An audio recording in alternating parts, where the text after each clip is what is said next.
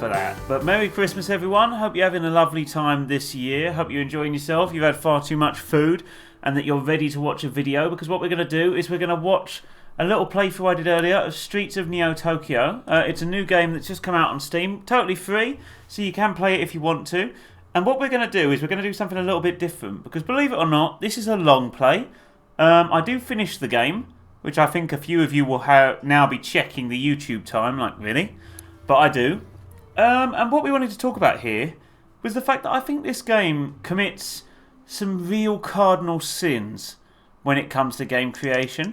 There are some really interesting things going on. There's some really cool, innovative stuff. It looks to me a lot like a university project game. Just from first glance, I haven't looked deep in depth into the actual background of the studio, because what we're going to do is I wanted to talk about this from the perspective of someone who's just playing a game in general, just without any prior knowledge, a kind of few do's and don'ts without needing to know the size of a studio, the budget, that kind of thing. Basically, just showing stuff that you can easily avoid as a new developer, and stuff that you should really have under wraps by the time you get to be a big developer. We don't want to sort of say, oh, these graphics aren't as good as they could be, the game mechanics aren't as impressive as Tomb Raider, because yeah, you might be dealing with a smaller studio. But instead I wanted to talk about the stuff that's easily avoidable. So first things first, it's a game set in the future.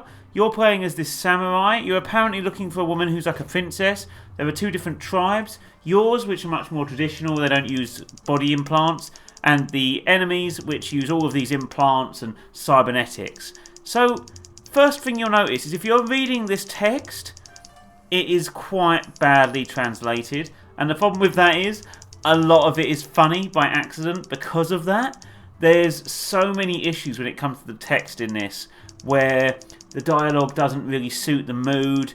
Things are kind of embarrassing. I mean, here, for example, your samurai hasn't got a sword. This guy just says, "I'll take mine, you look like you're better with a sword anyway." Now, I'm not being funny, but there have been very few points when walking down the high street, someone has said, "Well, you look like you're better with trainers than me. You look like you know how to use a mobile phone. Take mine." It just doesn't happen. The thing is that the suspension of disbelief is kind of a certain level. You can't just break things. You can't just change things completely like that, because people playing the game will kind of be like, really? Is this really happening? Like, it's the kind of game where the problems exist. They're easy to correct. They're easy to change. There are very easy ways to avoid making things awkward and kind of embarrassing like this. Instead, have a bit of a quest. Don't be afraid to send the player on a quest to get something. Ideally, your plot should be nice and neat and tight, especially if your game is 30 minutes long. I mean, graphically, it looks quite impressive. I like the art style they've gone with here, and especially when you see the city later on. Really interesting looking places, really interesting scenes. But the thing is that because the plot isn't very fluent and the conversation is quite bad, it ends up just being kind of funny by accident. And this is another example of something that is very easy to change. I mean, you'll be seeing this now. I'm sure this is not the last time I see them. And you think, fair enough, it's kind of there, but it doesn't quite make sense. Later on, there's some really embarrassing ones. There's some graffiti, for example, that I think is meant to look foreboding, but it says samurai monkeys. And it's like, okay, I don't think you realise that that's kind of not the best nickname for a samurai gang. And there's quite a few bits like that as well, where just stuff doesn't add up properly. People just say weird things and it's just awkward. And the easiest way to get through this is, I understand that if you're a small-time developer, for example, it's going to be difficult to find people to edit your work when it comes to your writing. That's totally understandable, but at the same time, if you go onto anywhere like Reddit, if you go onto any kind of site that allows you to make requests, most people, to be honest, if you give them the chance to be involved in a games-related project where you're going to give them credit, and even if you're throwing them just a few quid, just a few dollars, just a few pounds, just a few euros, they will more than likely be happy to help you for the fact that it not only enhances their own portfolio, but they get to play a new game. They get to be part of the process. And that's the thing, is that you have a lot of options here in regard to the language in your game, and it makes a huge difference. I'll give you a good example. Later on, one of the characters says something along the lines of, I can't remember what it is, but it's meant to be an insult, and it's something like, "You naughty rascal." It's not "you naughty rascal," we'll actually see it pop up, but it's just, you know, if you know what that means, it's not that bad an insult, to be honest. It's like saying, "Oh, you person, you." You know, it's not a great insult. It's kind of a jokey thing, and it's very easily avoided. Likewise, one of the other issues with the dialogue here, I mean, we're going to talk about a lot of different issues, but we'll go with the dialogue first. Likewise, with the dialogue here, it's just, it doesn't really feel like any person has an individual voice. Our character will go from 0 to 11 at certain points. He'll be talking to someone. The next second he'll be really aggressive for no real reason. The next minute he'll be really docile or a little bit confused, but he doesn't sound like he's a real person. And the easy way of changing that is just change the sound of his dialogue, for example. You don't need to voice act the whole thing. I mean, don't get me wrong, voice acting again is a great idea. If you're looking as a small-time studio to get people involved, then by all means, ask people to get involved as well on the same kind of level. Go for smaller time voice actors who are eager to get into their first roles and give people the opportunity to grow with your studio. The thing is that if you invest in talent in regard to you work with someone who's looking to progress themselves, they will ride on your coattails and you with them. If you make a fantastic project where you have a great voice actor who is specifically working with you, then as they grow as a voice actor, you will also grow alongside them as a developer. Whereas if you don't work on these things early on, if you don't add these kind of things in, if you don't change the tone, at very least, the tone of voice your people speak with, it doesn't give any idea of who a character is. I mean, we can do great things without vocal performances. I mean, I'm saying about getting a voice actor in. You don't even need to do that, but you need to tailor your conversation to suit the person that is saying it. I'll give you a good example. Say if we're talking about a lawyer as opposed to a young man who's working on a ship. They are going to have different tones of voice based on their experiences, based on what's happened to them, based on everything in their life. And likewise, an elderly woman is going to have a different tone of voice, a different theme to the way she speaks, different mannerisms, different movements to someone in their early 20s because of that gap in experience. Don't be afraid to show that and embrace it. A really good one for this that shows off that kind of thing is stuff like Red Dead Redemption. Rockstar Games do a great job with this, and so do quite a lot of different studios, but the major thing to look at is look at how a character moves, look at how a character interacts in regard to their speech. Don't try and make every character the funny one is another thing. It's all well and good to make characters crack jokes every now and then, but most people you meet don't crack jokes regularly. Let's be honest. You occasionally have the funny guy, someone who makes a joke, or someone who's got a dry sense of wit, a dry sense of humour, but not everyone is going to get that. I mean, even if you look on like comedians on the internet, you're going to find that everyone has a different tone of voice that they employ to get their comedy across. So don't give everyone the same tone of voice. It's a case of just picking the way in which they interact. Not everyone has to crack wise. Not everyone has to be the star. Some people can be the fall guy for comedy. Some people can be the straight man, you know, the person that sets that person up to be funny. You don't have to have that with every character. And that's the thing, is that one of the most important things I would say before you do anything is to establish what your story is and establish how your characters fit into that story. So try and give each character a flaw. Try and give them something that makes them not perfect. Try and give them something that makes them a little bit awkward, a little bit different, something about them that gives them a hook. Don't just make them all, you know, okay, we're going to do a story about 3 characters who have survived a zombie apocalypse. There's the smart one, the funny one, and the resourceful one. Don't do that. Think about their backstory. How did they get there? Really good example. Say if you said, okay, this character is the funny one, but at the same time, they've got a very greedy nature, and they're very eager to be the one that looks after things. They're the person that thinks they're always in control. They very much are a bit of an OCD control freak. That kind of thing is totally fine.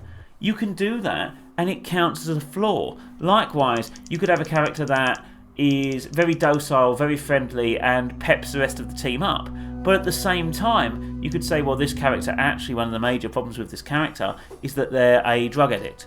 And so every in-game day, every few days, they start to get withdrawal, they start to get cagey, and that friendliness sort of drops a little bit. That kind of thing. It's very easy to add an extra persona to your characters to make them a bit more rounded. You don't have to throw it in someone's face. I know we're talking about character a lot here, but we will move on in a second.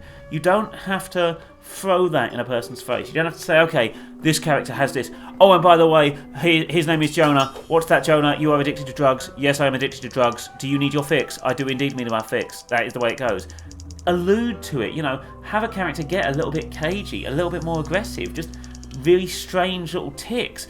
Give a character, for example, paranoia, make them anxious about decisions. You don't have to say, you're quite paranoid, aren't you? The audience will get that from your tone of voice.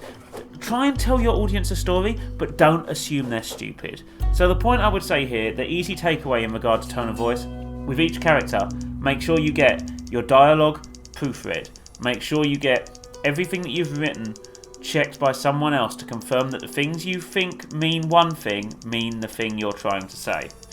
Thirdly, make sure that your characters have a decent tone of voice, whether that's using voice actors, whether that's creating their own personas, or whether that's giving them their own traits and characteristics. Make sure each character is different from the last. If you do that, then people will find that your characters are much more interesting and they'll get way more invested in your story as a whole.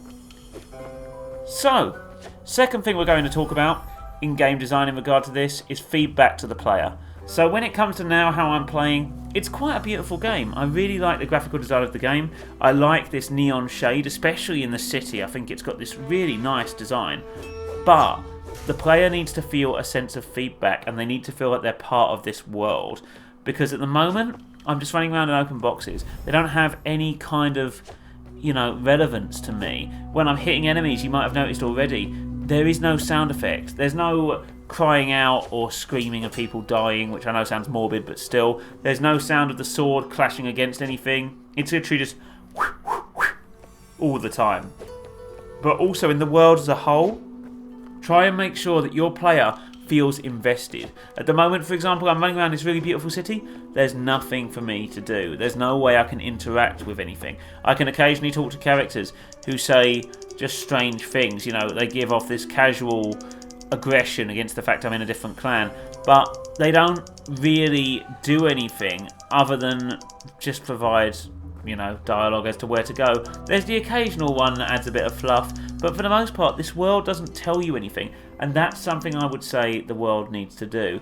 If you say an area is rough, make it look rough. Don't be afraid to change the style a little bit. Try and get your audience to, again, it's that golden rule, understand things without pushing it in their face. Assume your audience is intelligent, but make sure that you explain things to them through what they can see. So a good example is, say if we're walking down the street, do we often have someone tell us that an accident has happened up ahead, or do we see the flashing blue lights of an emergency vehicle? We hear the sirens, we see a crowd of people, we see people running in the opposite direction, we hear a loud explosion, we hear a gunshot or a scream, it's very easy to set that scene up without you telling them, especially setting down to your player and saying, okay, this is an emergency.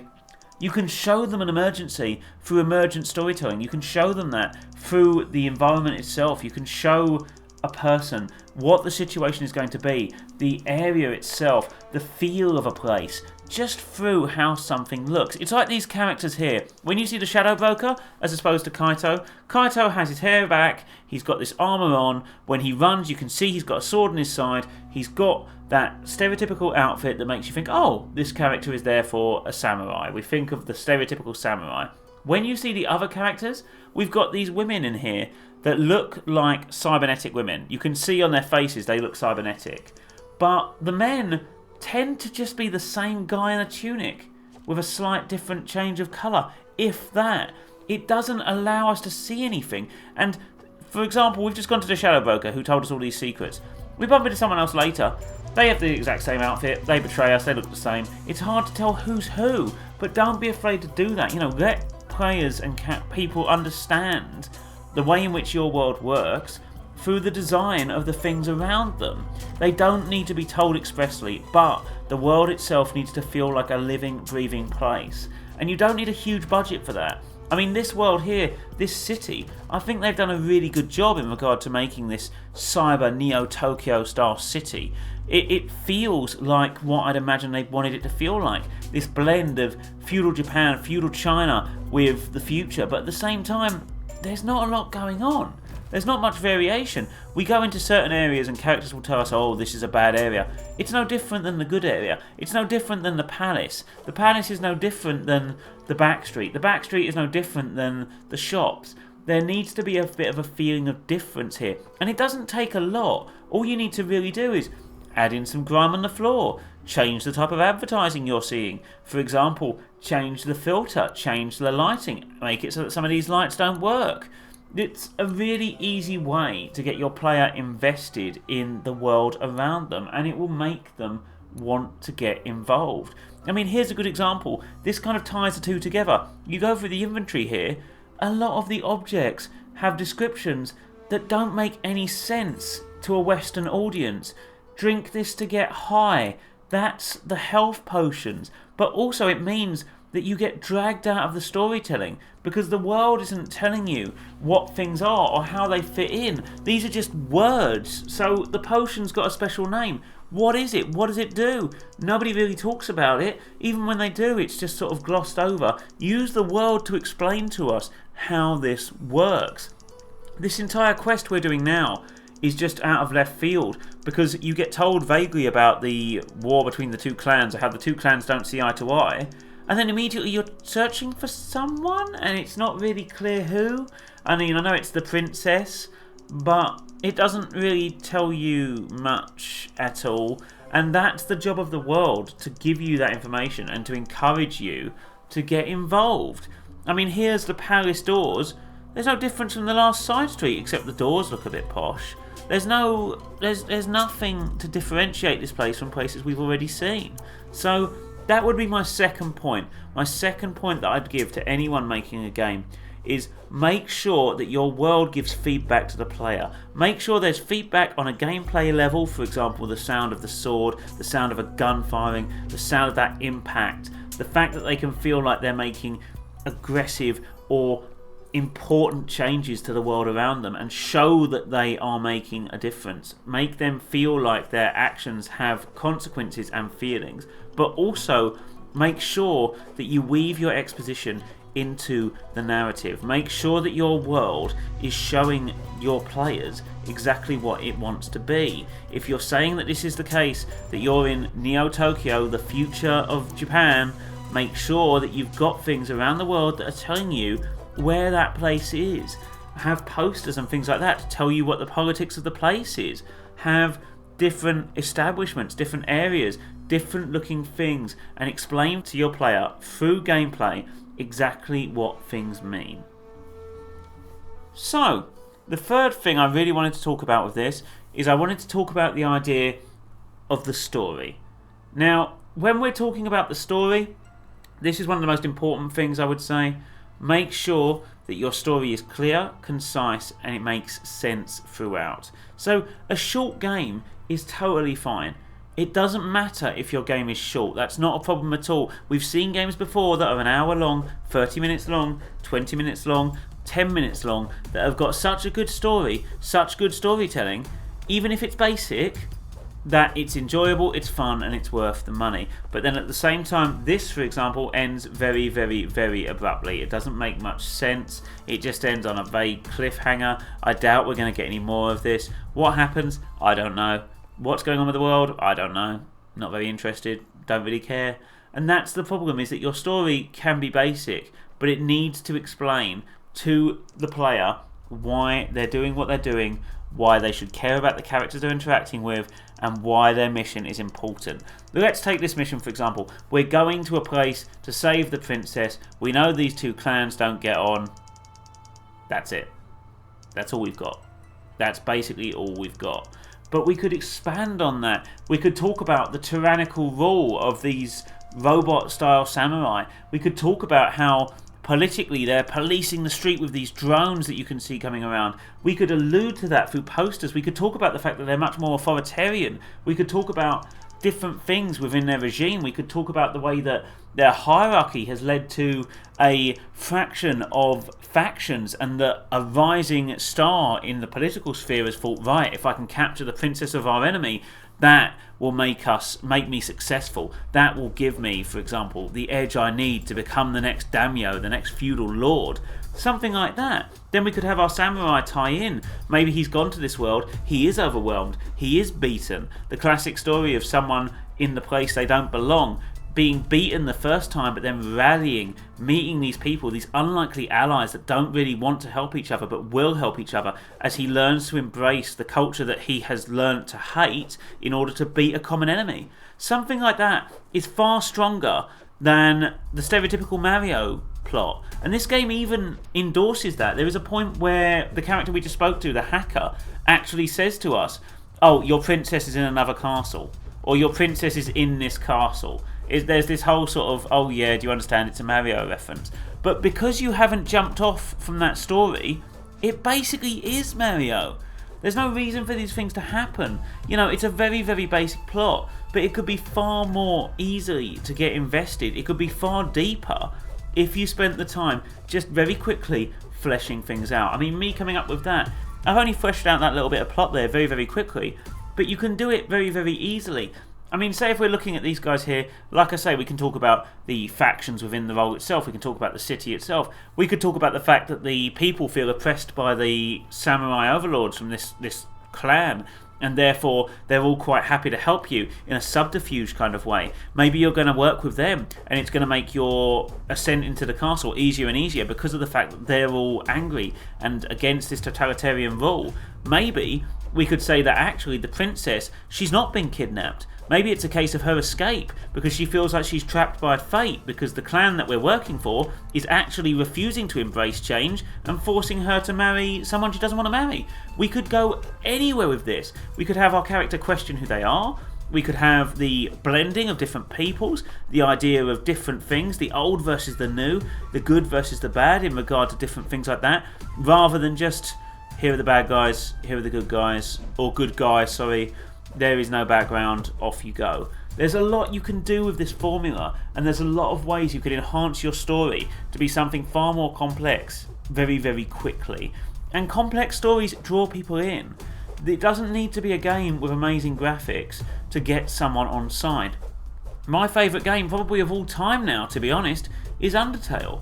Undertale is by no means the most graphically stressful game. By no means is the gameplay the most revolutionary of all time. But what does matter to me is the fact that the characters have me caring about them because I know how they function in this world.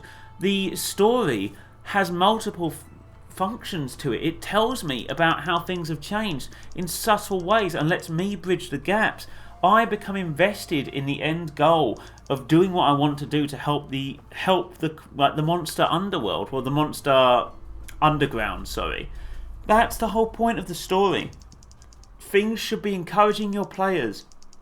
They should be wanting to be part of this story. They shouldn't feel like, oh, okay, I'm going from A to B, I can afford to skip this dialogue because nothing is going on. Everything should kind of weave together. Don't assume, again, that your players are stupid, but at the same time, give them those cues. Give them the ability to, if they want to find out more, to go and find out more. Because that's what makes a game memorable.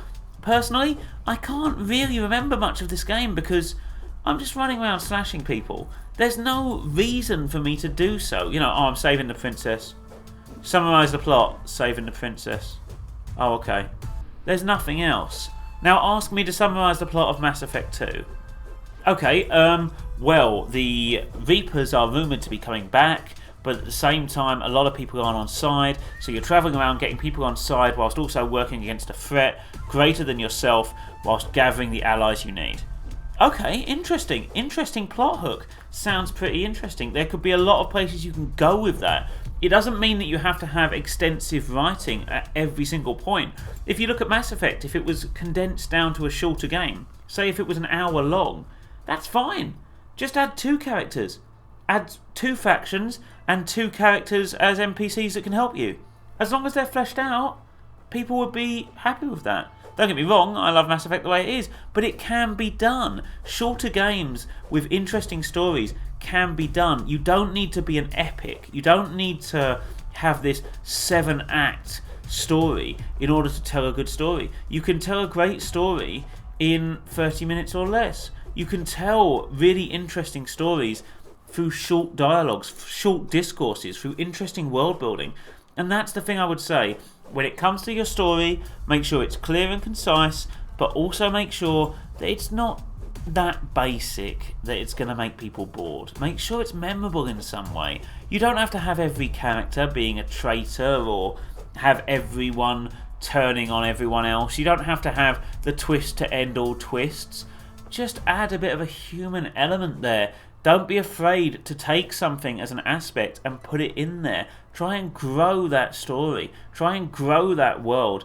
And get your players engaged. Because if they are going to remember this game and they're going to come back to it. So that would be my third point. Make sure that your story is clear. Make sure it's concise. But at the same time, no matter how long your game is, make sure it does something and does something you want it to do in its own way. Don't limit it because you feel like you have to, and try and make it so that you would feel invested. If you, as a developer, don't feel that passionate about an aspect of your game, something is wrong. Let me give you a good example. If I am, say for example, I'm selling you a car, and I am the manufacturer of that car, I'm selling it to you as a dealership. If I can't tell you why you should buy it, why are you going to buy it? If you say, okay, what's the steering like? Oh, it's rubbish, but it looks pretty. Would you buy a car from me? No. Would you be telling people about me? Oh, most certainly, but you would not be saying, oh, this guy makes some sacrifices, but his cars are pretty. You'd be saying, yeah, he's focused a lot on how it looks, but I can't get over 20 miles an hour before it spins out. You know, it doesn't make sense. You need to make sure that if you're making a product for someone else, they need to see that passion of yours. They need to see why this game is different or why they should care. I know this is a free game, but this is 30 minutes of someone's time. Why should they care? And also, why should they watch your career? Why should they say, oh, I remember the first game that, I don't know, Steven started with, because it was this free game called Streets of Neotokio, and I really liked the way there that you could see a little bit of his investment there. You could see the way that he impacted that project because it was the first time we saw X. It was a really interesting look into why he took this project in a different direction, and I can tell that's his impact because further games also did Z.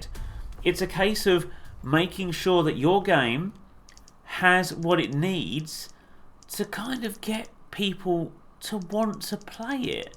And if you don't want to play it, if you're not that passionate about it, I mean, let's be honest, with this story, if I took one of the developers aside and said, do you think it's a good story?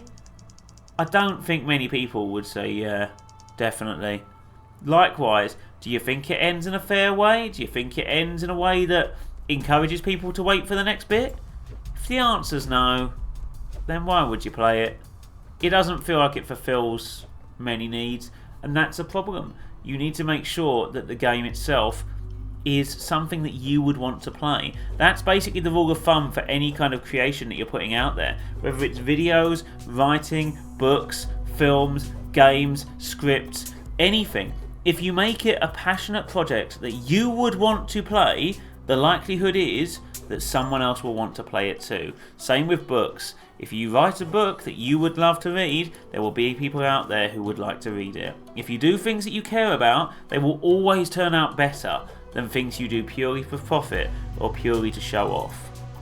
You need to make sure that your projects reflect what you personally feel is a good thing. If you think a mechanic sounds great, give it a go. Try it out. This is how you test these things. This is how you grow. Give it a go. A really good example of this is Portal.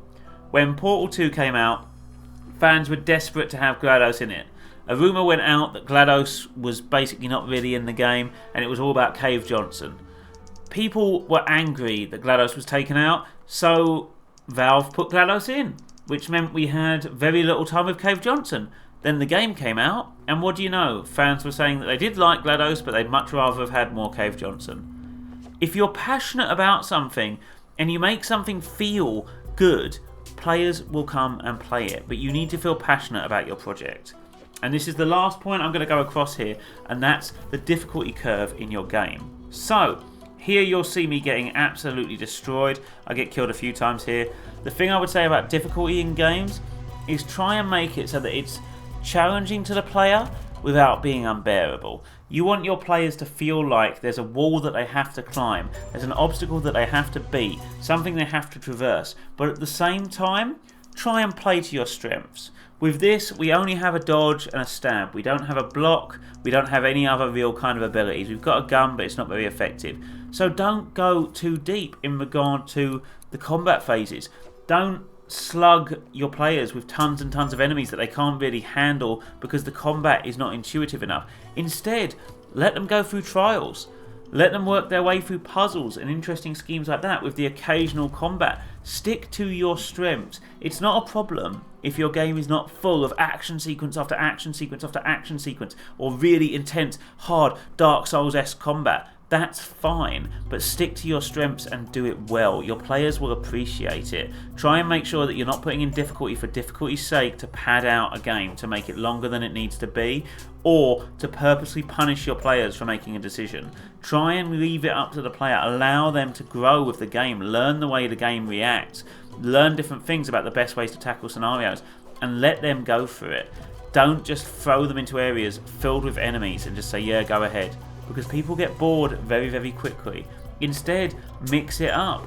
Let them do puzzles, let them do different things. Let them take on trials and tasks, things that really push them in different ways. Look at Skyrim, for example. It's a really great game, for the most part. I mean, sure, there are bugs, but one of the issues people had, same with Oblivion, a lot of the dungeons were the same. There was very little, but what dungeons do we remember? The ones with the traps, the ones with different scenes, the ones that acted different than other things we'd seen before. Don't be afraid to make something shorter, but make it more crisp, make it better, and make it more adaptable for that player. Make it more streamlined, but make everything better. Don't be afraid to make something shorter if it's better. I would rather have a cake that tasted beautiful, but was over, I could eat it in 3 bites, than a massive cake for 25 people, but inside it is dog food. Make things clear, concise, short and good. It's a good rule to live by. Anyway, thank you very much for tuning in, guys. Please don't forget to like, share and subscribe if you have enjoyed this video. Also, I hope you have a fantastic Christmas, a great new year, and I'll catch you in January. Have a great time, and I'll catch you again very, very soon. See you later.